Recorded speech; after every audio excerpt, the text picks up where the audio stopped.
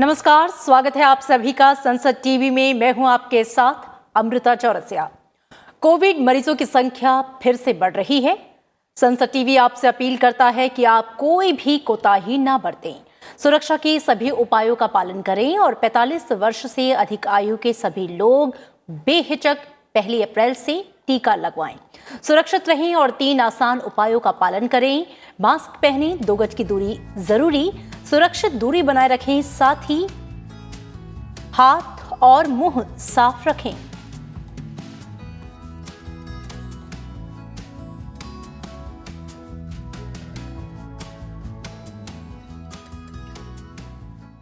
और आइए अब एक नजर हेडलाइंस पर। देश में कोविड के बढ़ते मामलों को लेकर प्रधानमंत्री नरेंद्र मोदी गुरुवार को सभी राज्यों के मुख्यमंत्रियों से करेंगे संवाद। केंद्रीय स्वास्थ्य मंत्री डॉक्टर हर्षवर्धन की 11 राज्यों के स्वास्थ्य मंत्रियों के साथ बैठक कल। पिछले 24 घंटे में देश में सामने आए रिकॉर्ड 1 लाख से अधिक मामले।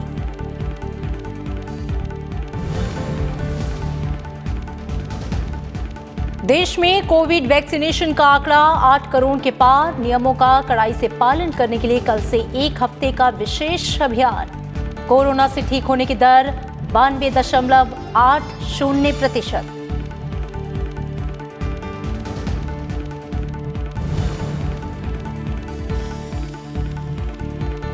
केरल, तमिलनाडु और पुडुचेरी में एक ही चरण में होने वाले विधानसभा चुनाव के लिए मतदान कल। पश्चिम बंगाल में तीसरे चरण के तहत 31 सीटों के लिए डाले जाएंगे वोट। असम में भी तीसरे और अंतिम चरण की 40 सीटों के लिए मतदान। वोटरों की सुविधा और सुरक्षा के पुख्ता इंतजाम।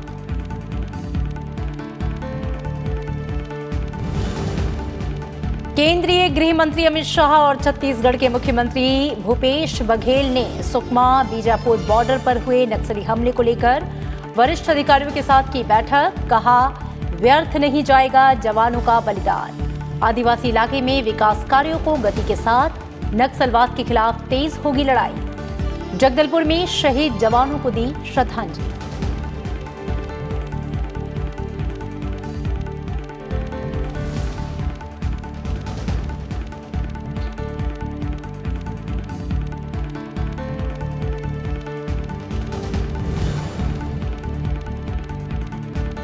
बॉम्बे हाईकोर्ट के सीबीआई जांच के आदेश के बाद महाराष्ट्र के गृह मंत्री अनिल देशमुख का इस्तीफा। मुंबई के पूर्व पुलिस आयुक्त परमबीर सिंह ने मुख्यमंत्री को लिखे चिट्ठी में देशमुख पर लगाए थे भ्रष्टाचार के गंभीर आरोप। बीजेपी ने उद्धव सरकार की खामोशी पर उठाए सवाल।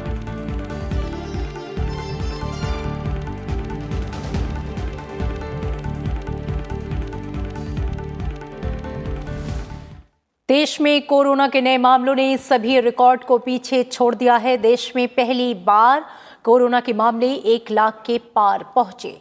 कोरोना वायरस की दूसरी लहर में रविवार को कोरोना के 1,03,844 नए मामले सामने आए हैं, जो अब तक का सबसे ज्यादा आंकड़ा है। देश में इससे पहले कोरोना के सबसे ज्यादा केस 17 सितंबर को आए थे। उस समय एक ही दिन में कोरोना संक्रमित मरीजों का आंकड़ा 98,795 दर्ज किया गया। बीते 1 हफ्तों की बात करें तो देश में कोरोना के मामलों में तेजी से बढ़ोतरी हुई है। इससे पहले 30 मार्च को 5,40,000 सक्रिय मामले थे, जिसमें एक सप्ताह में 2,01,000 से ज्यादा बढ़ोतरी हुई। प्रधानमंत्री नरेंद्र मोदी हालात की गंभीरता को देखते हुए लगातार इस पर नजर बनाए हुए हैं। प्रधानमंत्री सभी राज्यों से कोविड की स्थिति को लेकर 8 अप्रैल को शाम 6:30 बजे सभी राज्यों के मुख्यमंत्रियों के साथ संवाद करेंगे। इससे पहले रविवार को उन्होंने उच्च स्तरीय बैठक कर कोविड-19 महामारी की स्थिति और टीकाकरण कार्यक्रम की समीक्षा की। इसमें प्रधानमंत्री ने टेस्टिंग, ट्रेसिंग, ट्रीटमेंट, कोविड उपयुक्त व्यवहार और टीकाकरण की पंचकोणीय रणनीति पर जोर दिया। प्रधानमंत्री ने स्वास्थ्य बुनियादी ढांचों को बढ़ाने, आवश्यक लॉजिस्टिक के साथ ऑक्सीजन, वेंटिलेटर की उपलब्धता के जरिए मृत्यु दर को कम करने के निर्देश दिए। मामलों में तेज बढ़ोतरी को देखते हुए प्रधानमंत्री ने मास्क के उपयोग और 2 गज की दूरी बनाए रखने के साथ ही कोविड उपयुक्त व्यवहार के पालन पर जोर दिया। प्रधानमंत्री ने अधिक मामले रिपोर्ट करने वाले राज्यों और जिलों में मिशन मोड के साथ कार्य जारी रखने का निर्देश दिया। बैठक में कोविड उपयुक्त व्यवहार के लिए 6 अप्रैल से 14 अप्रैल तक विशेष अभियान चलाने का फैसला किया गया।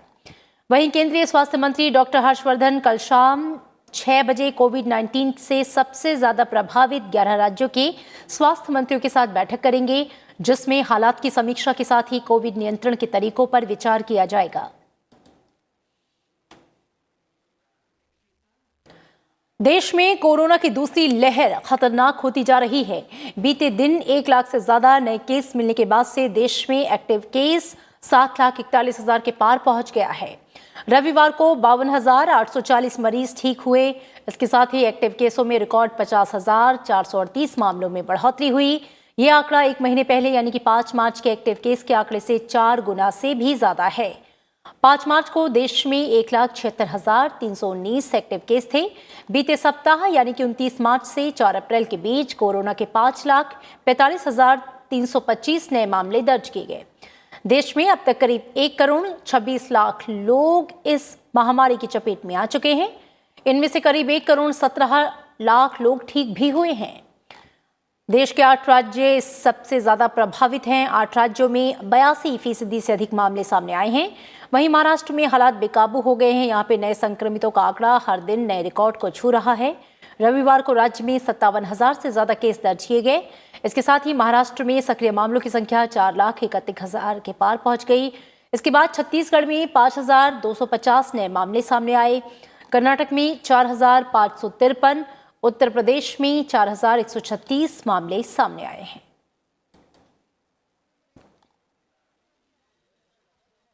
महाराष्ट्र में कोरोना के बेकाबू होते हालात पर काबू पाने के लिए राज्य सरकार ने वीकेंड लॉकडाउन का ऐलान किया है। प्रदेश में शुक्रवार रात 8 बजे से सोमवार सुबह 7 बजे तक लॉकडाउन लागू रहेगा। साथ ही सोमवार से 30 अप्रैल तक रात्रिकालीन कर्फ्यू लागू करने की घोषणा की गई है। और इसी बीच ग्रेटर मुंबई के पुलिस कमिश्नर ने ये जानकारी दी है कि उनके नियंत्रण वाले क्षेत्रों में धारा 144 CRPC लगा दी गई है। आज से 30 अप्रैल तक एक जगह पर 5 लोगों के जमा होने पर पाबंदी है। गुजरात में कोरोना के बढ़ते मामलों के बाद से 9वीं तक के स्कूलों को सोमवार तक अनिश्चितकाल के लिए बंद रखने का आदेश दिया गया है। इस दौरान ऑनलाइन पढ़ाई जारी रहेगी। हालांकि 10वीं और 12वीं के साथ ही कॉलेज में पढ़ाई जारी रहेगी। जम्मू कश्मीर में पहली से 9वीं कक्षा तक के स्कूलों को 2 हफ्ते और 10वीं से 12वीं के स्कूलों को 1 हफ्ते के लिए बंद किया गया है। हालांकि इस दौरान जम्मू कश्मीर शिक्षा बोर्ड की 10वीं और 12वीं की परीक्षाएं जारी रहेंगी। बिहार सरकार ने राज्य के सभी स्कूल, कॉलेज और कोचिंग संस्थानों को 11 अप्रैल तक बंद रखने का आदेश दिया है। सभी तरह के सार्वजनिक आयोजनों पर रोक लगा दी गई है। मुख्यमंत्री ने टीकाकरण की संख्या बढ़ाने का निर्देश दिया है। उत्तर प्रदेश में भी कोरोना संक्रमण के बढ़ते मामलों को देखते हुए कक्षा 8 तक के सभी सरकारी और निजी स्कूलों को 11 अप्रैल तक बंद रखने का ऐलान किया गया है। साथ ही संक्रमण को रोकने के लिए मास्क के अनिवार्य उपयोग, सैनिटाइजेशन और शारीरिक दूरी का पालन सुनिश्चित करने का निर्देश दिया गया है।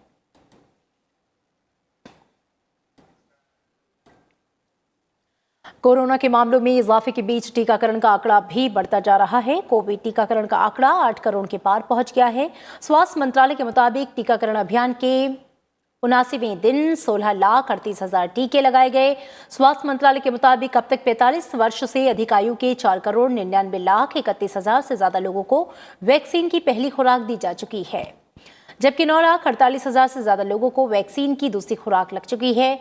रिपोर्ट के मुताबिक अब तक 90,09,000 से ज्यादा स्वास्थ्य कर्मियों को वैक्सीन का पहला और 53,43,000 स्वास्थ्य कर्मियों को दूसरा डोज दिया जा चुका है, जबकि 97,37,000 फ्रंटलाइन वर्कर्स को पहला, वहीं 41,33,000 से ज्यादा फ्रंटलाइन वर्कर्स को दूसरी डोज दी जा चुकी है।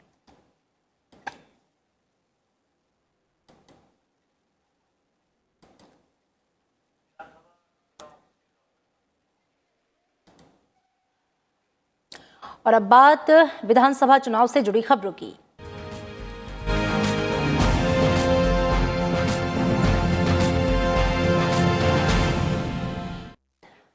केरल, तमिलनाडु, पुडुचेरी, असम और पश्चिम बंगाल में विधानसभा चुनाव के लिए कल होने वाले मतदान की सभी तैयारियां पूरी कर ली गई हैं। मतदान सुबह 7 बजे शुरू होगा। चुनाव आयोग ने निष्पक्ष और शांतिपूर्ण मतदान सुनिश्चित कराने के मकसद से प्रत्येक मतदान केंद्र पर ईवीएम के साथ वीवीपैट का इस्तेमाल करने का फैसला किया है। कोविड-19 महामारी की स्थिति के मद्देनजर प्रत्येक मतदान केंद्र पर केवल 1000 मतदाता ही वोट डाल पाएंगे।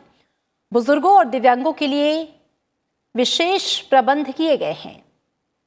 तमिलनाडु, केरल और पुडुचेरी में एक ही चरण में मतदान होगा, जबकि असम और पश्चिम बंगाल में तीसरे चरण के दौरान वोट पड़ेंगे। असम में 3 और पश्चिम बंगाल में 8 चरणों में मतदान होगा। तमिलनाडु में 234, केरल में 140 और पुडुचेरी में 30 सीटों पर एक ही चरण में मतदान प्रक्रिया संपन्न कराई जाएगी। इसके साथ ही तमिलनाडु में कन्याकुमारी और केरल में मल्लपुरम की लोकसभा सीटों पर भी उपचुनाव के लिए कल ही मतदान होगा। तमिलनाडु में कन्याकुमारी लोकसभा सीट के उपचुनाव में 12 उम्मीदवार मैदान में हैं, जबकि केरल में मलप्पुरम लोकसभा सीट के उपचुनाव में 6 उम्मीदवार किस्मत आजमा रहे हैं।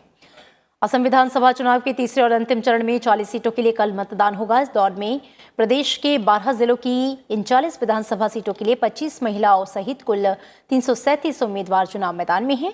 कांग्रेस ने 21, असम जातीय पार्टी ने 20, बीजेपी ने 18, एजेपी ने 12, AIDUF ने 11 और BPF ने 7 सीटों पर उम्मीदवार खड़े किए हैं, जबकि निर्दलीय और अन्य उम्मीदवार भी अपना भाग्य आजमा रहे हैं। 39,07,000 महिलाओं सहित 79 लाख से अधिक मतदाता इन उम्मीदवारों के चुनावी भाग्य का फैसला करेंगे। राज्य में सत्ताधारी बीजेपी और कांग्रेस की अगुवाई वाले विपक्षी दलों के गठबंधन के लिए ये चरण काफी अहम है।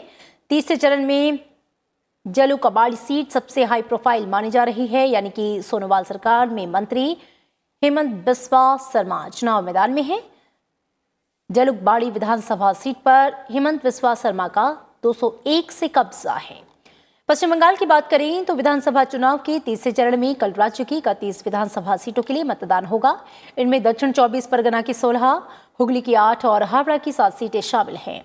इन 31 सीटों के लिए 13 महिलाओं सहित कुल 205 उम्मीदवार अपना भाग्य आजमा रहे हैं। इन सीटों पर 78,52,000 मतदाता कल अपने मताधिकार का इस्तेमाल करेंगे। स्वतंत्र, निष्पक्ष और शांतिपूर्ण मतदान के लिए सुरक्षा के व्यापक प्रबंध किए गए हैं। राज्य पुलिस के अलावा केंद्रीय बलों की 600 कंपनियां 10,871 मतदान केंद्रों पर तैनात की गई हैं। पश्चिम बंगाल की 294 विधानसभा सीटों के लिए कुल 8 चरणों में चुनाव कराए जा रहे हैं। राज्य में 10 अप्रैल को चौथे चरण में 44 सीटों पर, 17 अप्रैल को 5वें चरण में 45 सीटों पर, 22 अप्रैल को छठे चरण में 43 सीटों पर, जबकि 26 अप्रैल को 7वें चरण में और 36 सीटों पर 8वें और अंतिम चरण में 29 अप्रैल को 35 विधानसभा सीटों पर चुनाव होना है। 5 राज्यों में वोटों की गिनती 2 मई को होगी।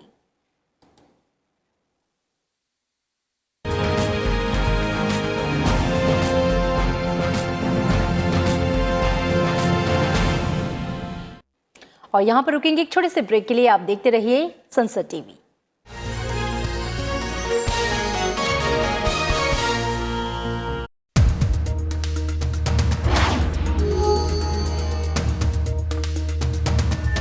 Do you know which of the following is not the work of Controller Auditor General of India? Your options are: A. He submits reports related to the central government to the President. B. He protects the Consolidated Fund of India. C. He submits audit reports of the state governments to the President. And D. He audits all the centrally funded institutions. See the correct answer tonight at 9:30 p.m. only on Rajya Sabha Television.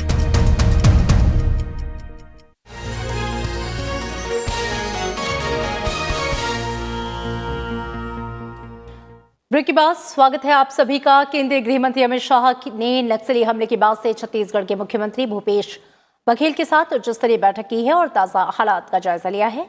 बैठक में मुख्यमंत्री के अलावा IB, CRPF और राज्य police के अलावा आला अधिकारी भी मौजूद रहे। बैठक के बाद केंद्रीय गृह मंत्री ने कहा कि अब नक्सलियों के खिलाफ लड़ाई और तेज होगी।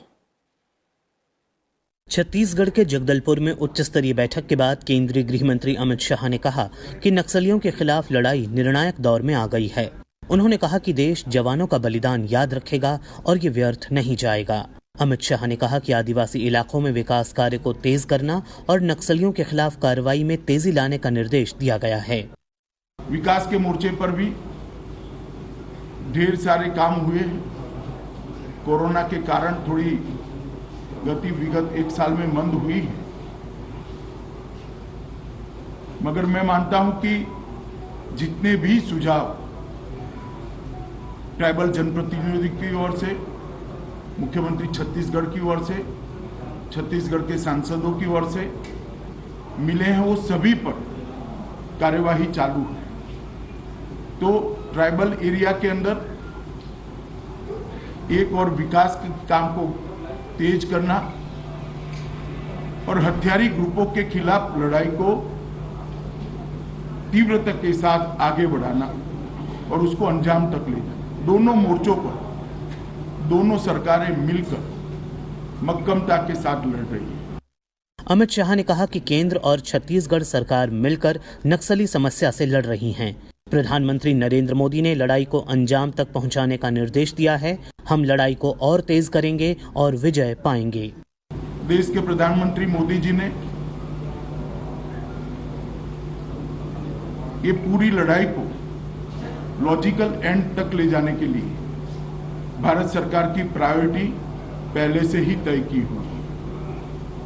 मैं आज छत्तीसगढ़ और भारत की जनता को विश्वास दिलाना चाहता हूं, ये जो घटना हुई है इसके बाद ये लड़ाई और तीव्र करेंगे और ये लड़ाई को हम निश्चित रूप से विजय में परिवर्तित करेंगे।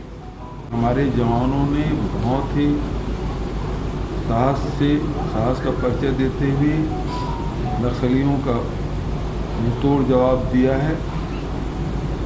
जबरदस्त ये मुठभेड़ मैं नहीं कहूँगा बल्कि एक युद्ध की स्थिति थी जिसमें 4 घंटा तक के लगातार हमारे जवान लड़ते रहे, जिसमें डीआरजी के एसटीएफ के कोबरा के और सीआरपीएफ के जवान शहीद हुए, घायल भी हुए हैं। और पहली बार ऐसा हुआ है कि नक्सलियों की जो नक्सली मारे गए उसके लाश भी लाए और उसके हथियार भी लाए। गृह मंत्री अमित शाह और मुख्यमंत्री भूपेश बघेल ने बीजापुर नक्सली मुठभेड़ में शहीद जवानों को जगदलपुर पुलिस लाइन में श्रद्धांजलि दी। शनिवार को छत्तीसगढ़ के बीजापुर और सुकमा जिले की सीमा पर नक्सलियों और सुरक्षा बलों के बीच मुठभेड़ में 22 जवान शहीद हो गए थे। ब्यूरो रिपोर्ट, संसद टीवी। महाराष्ट्र में राजनीतिक उथल पुथल के बीच प्रदेश के गृह मंत्री अनिल देशमुख ने आज अपने पद से इस्तीफा दे दिया। बॉम्बे हाई कोर्ट की तरफ से मामले में सीबीआई जांच के आदेश के बाद उन्होंने इस्तीफा दिया। अनिल देशमुख ने मुख्यमंत्री उद्धव ठाकरे को पत्र लिखकर इस्तीफा सौंपा और साथ ही उनसे मुलाकात भी की। मुंबई के पूर्व पुलिस कमिश्नर परमबीर सिंह की याचिका पर बॉम्बे हाई कोर्ट ने फैसला सुनाते हुए देशमुख के खिलाफ सीबीआई जांच के आदेश जारी किए। अदालत ने 15 दिनों के अंदर रिपोर्ट मांगी है। परमबीर ने बॉम्बे हाई कोर्ट में गृह मंत्री के खिलाफ सीबीआई जांच की याचिका दायर की थी। उन्होंने ये आरोप लगाया था कि अनिल देशमुख ने सचिन वाजे को 100 करोड़ रुपए की वसूली का टारगेट दिया था। अदालत ने कहा कि देशमुख पर लगाए गए आरोप गंभीर प्रकृति के हैं, ऐसे में इन आरोपों की जांच होना जरूरी है।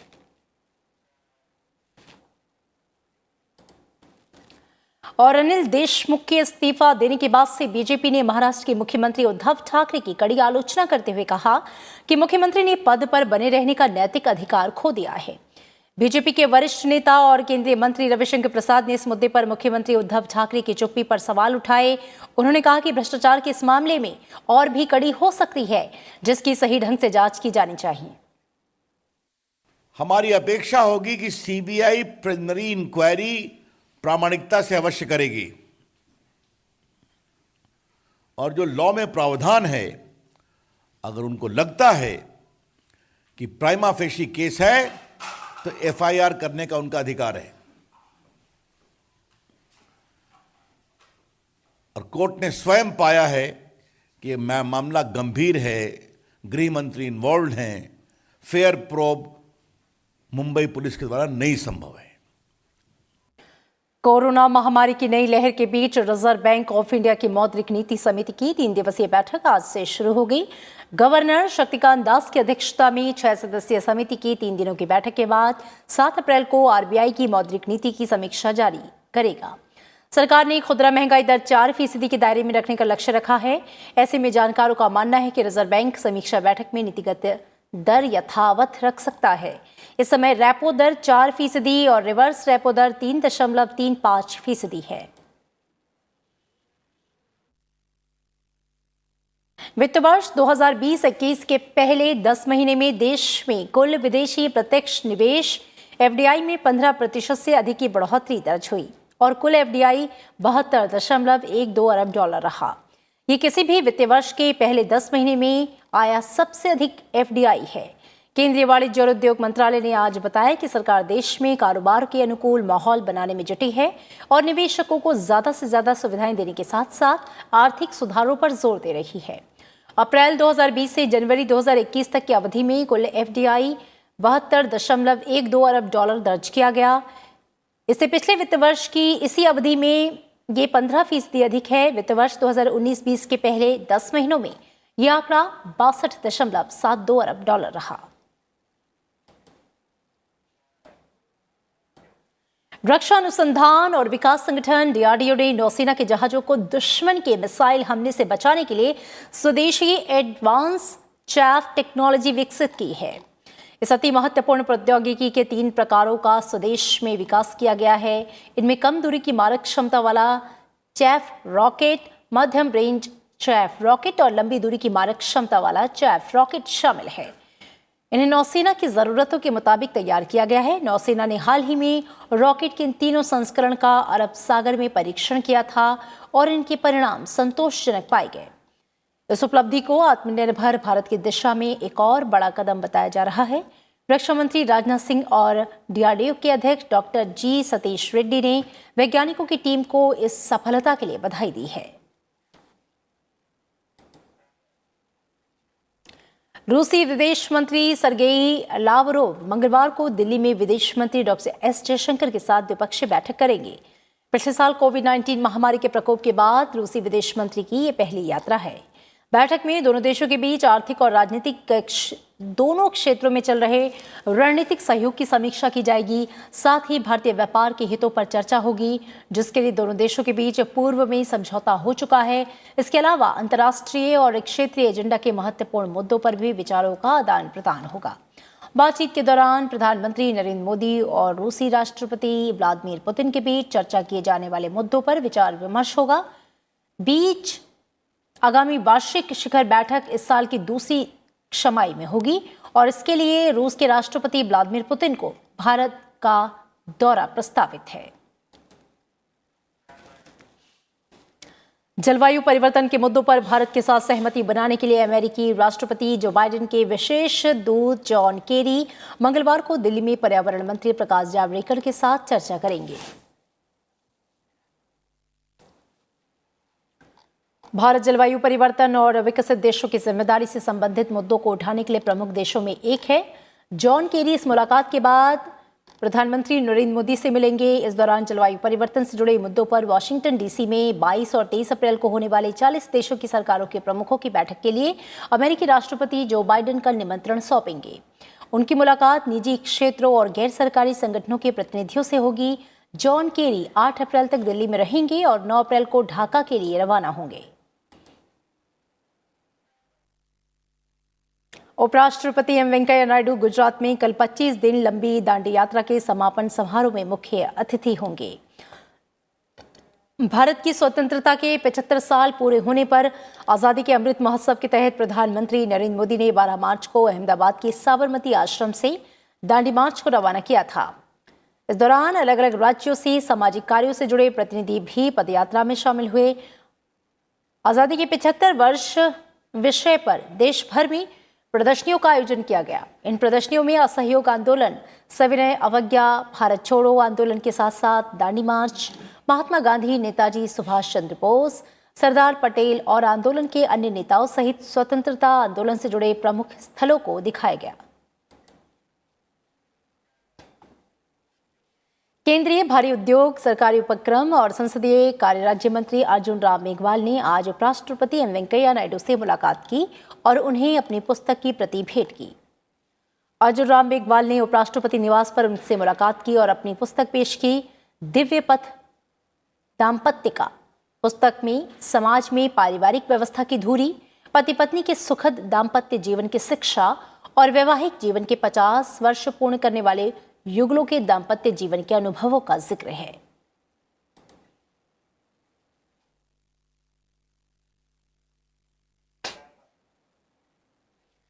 देश के पूर्व उप प्रधानमंत्री बाबू जगजीवन राम की आज जयंती है। इस अवसर पर उपराष्ट्रपति और प्रधानमंत्री ने उन्हें श्रद्धांजलि दी। उपराष्ट्रपति एम वेंकैया नायडू ने पूर्व उप प्रधानमंत्री बाबू जगजीवन राम को नमन करते हुए कहा कि उन्होंने जीवन भर वंचितों के उद्धार के प्रयास किए। उपराष्ट्रपति ने कहा कि वो दूरदृष्टि वाले नेता थे और उन्होंने विभिन्न पदों पर राष्ट्र की सेवा की। उपराष्ट्रपति ने कहा कि एक कुशल प्रशासक और राजनेता के रूप में बाबू जगजीवन राम की उपलब्धियों ने समाज के दुर्बल वर्गों को भी प्रेरणा दी।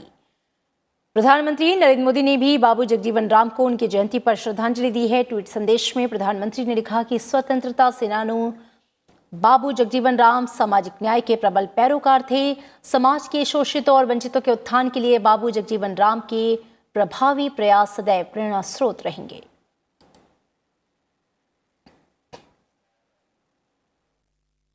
प्रधानमंत्री नरेंद्र मोदी बुधवार को शाम 7 बजे परीक्षा पे चर्चा कार्यक्रम को संबोधित करेंगे।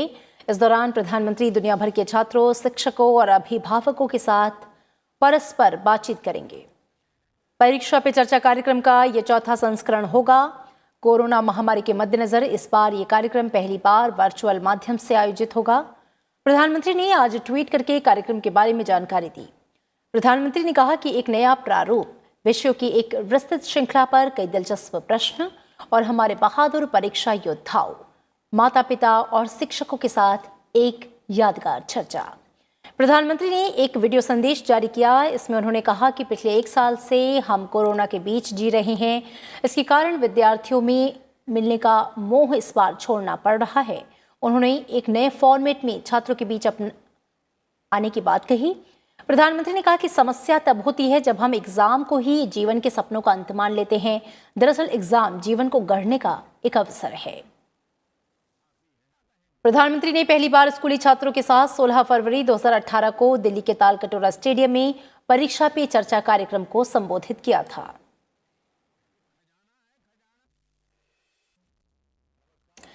भारतीय जनता पार्टी की स्थापना दिवस के मौके पर प्रधानमंत्री नरेंद्र मोदी वीडियो कॉन्फ्रेंसिंग के माध्यम से देश भर के सभी कार्यकर्ताओं को संबोधित करेंगे। प्रधानमंत्री सुबह 10:30 बजे पार्टी कार्यकर्ताओं को भविष्य की योजनाओं के बारे में अपना संदेश देंगे। इस मौके पर बीजेपी के राष्ट्रीय अध्यक्ष जगत प्रकाश नड्डा का भी संबोधन होगा।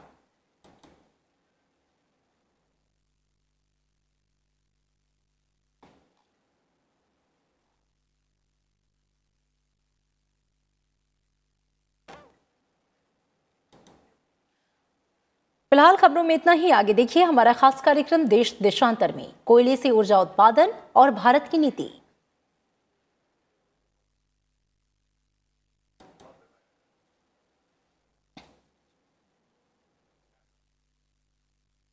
और चलते चलते एक बार फिर बात कोविड महामारी से बचाव की। कोविड मरीजों की संख्या फिर से बढ़ रही है। संसद टीवी आपसे अपील करता है कि आप कोई भी कोताही न बरतें, सुरक्षा के सभी उपायों का पालन करें और 45 वर्ष से अधिक आयु के सभी लोग बेहिचक 1 अप्रैल से टीका लगवाएं। सुरक्षित रहें और 3 आसान उपायों का पालन करें। मास्क पहनें, 2 गज की दूरी है जरूरी, सुरक्षित दूरी बनाए रखें, साथ ही अपने हाथों को बार बार धोएं।